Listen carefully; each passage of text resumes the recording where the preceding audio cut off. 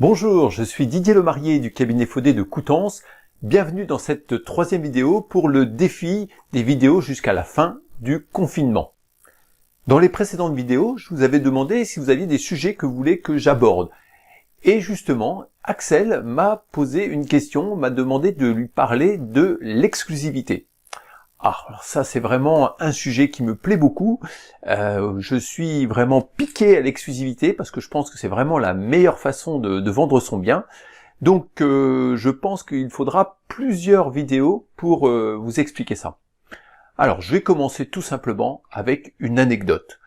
En fait, ça se passe il y a quelques années. Je venais de prendre un bien en vente. Alors comment ça s'est passé? J'étais avec le propriétaire, on a bien discuté ensemble, on a fait le tour de son bien, je lui ai expliqué la façon dont on allait travailler, et je l'avais convaincu de me donner l'exclusivité. Et au dernier moment, il m'a dit, écoutez, monsieur le marié, voilà, on avait parlé d'exclusivité, mais mon voisin, son cousin, il est dans l'agence d'en face. Et vous comprenez, voilà, je me suis un peu engagé pour lui donner également le mandat de vente. Bon, pour moi c'était une fausse barbe, il y avait quelqu'un qui lui avait démonté la tête entre deux pour lui dire que attention, tu vas être coincé à cause de l'exclusivité, tout ça, j'ai tout à fait l'habitude. Et d'ailleurs, je vous dirai ce que j'en pense dans une autre vidéo. Et donc, le prix, c'est moi qui l'avais fait avec lui, donc pour moi le prix était tout à fait correct. Je pensais déjà à un client potentiel, donc j'ai quand même pris le mandat, et puis donc je suis parti pour faire une visite.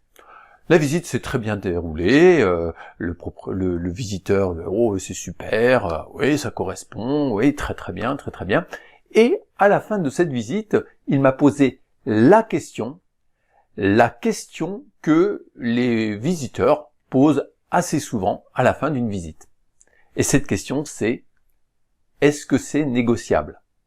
Bon, écoutez, c'est une question moi qui me choque pas, parce que ça fait partie du jeu, mais il faut savoir y répondre, tout simplement. Alors, moi je commence à lui expliquer que le bien était vraiment dans le prix du marché, que c'est moi qui avais fait le prix, et qu'il fallait plutôt qu'il se dépêche de me faire l'offre au prix, et que la maison ne lui passe pas sous le nez. Il me dit, très bien, je vais réfléchir. En fait, rapidement, il ne m'écoutait plus, et dans sa tête, il était en train de penser que je lui disais que la maison n'était pas négociable, et donc voilà, il est parti. Et qu'est-ce qu'il a fait? Il a tout simplement traversé la rue. Il a été dans l'autre agence qui était en face. Et à cette agence, il a dit, écoutez, voilà, j'ai vu que vous aviez cette maison-là à vendre. Moi, elle m'intéresse. En fait, je l'ai visitée avec le gars de chez Faudé, mais il m'a dit que c'était pas négociable. Et vous, qu'est-ce que vous me dites? Le gars, un client lui tombe tout cru dans le bec. Qu'est-ce qu'il fait? Il fait, oui, écoutez, effectivement, le prix est correct, mais bon, je pense qu'on peut négocier de 5 000 €. Faites-moi l'offre et je vais vous avoir 5 000 € de mieux. Alors le client lui dit, écoutez, très bien, je vais réfléchir. Et il est revenu me voir. Vous n'êtes pas tout seul à vendre ce bien. Et votre voisin en face, là, il vend également. Vous êtes sympa, c'est vous qui m'avez fait visiter, donc j'aimerais bien travailler avec vous.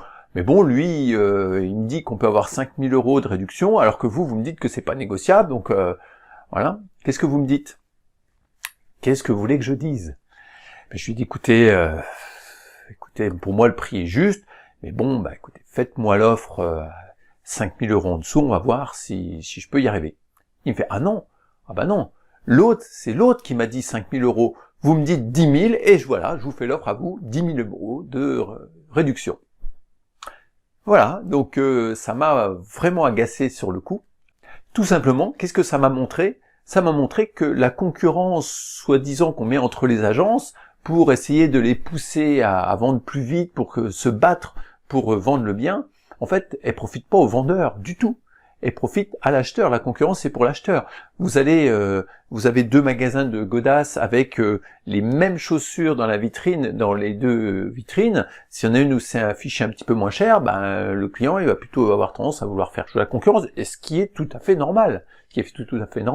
Donc, si j'avais eu l'exclusivité, le gars, il aurait pu me chanter la messe en latin si vous voulez. J'aurais dit, écoutez, écoutez, je comprends bien, hein, vous vouliez faire une offre moins chère, je le comprends bien. Par contre, pour moi, je suis persuadé que je vais vendre au prix demandé, donc voilà, je vois pas pourquoi on baisserait le prix. Voilà. Et j'aurais pas eu peur de me faire doubler par un confrère ou quelqu'un d'autre, et donc je pouvais défendre sans problème le bien. Cette expérience m'a vraiment convaincu que l'exclusivité, c'était un gros avantage pour le vendeur. Mais ce n'est pas tout. Dans une prochaine vidéo, je vous montrerai également que c'est un avantage pour l'acquéreur. J'espère que cette vidéo vous a plu. Les anecdotes sont parfois beaucoup plus parlantes que les longs discours. Et je vous dis à demain pour une nouvelle vidéo pour le défi du déconfinement.